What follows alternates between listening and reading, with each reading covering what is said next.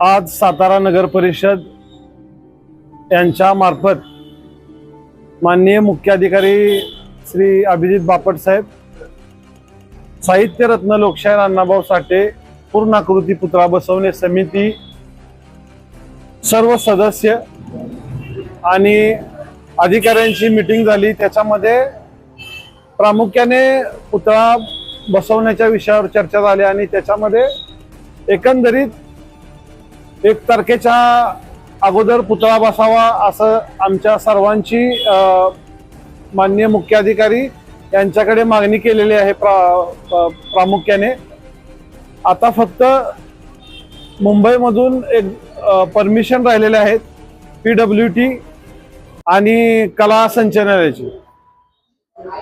त्या परमिशन मिळाल्या की साहित्यरत्न लोकशाहीर अण्णाभाऊ साठे यांचा पूर्णाकृती पुतळा बसवायचा आहे।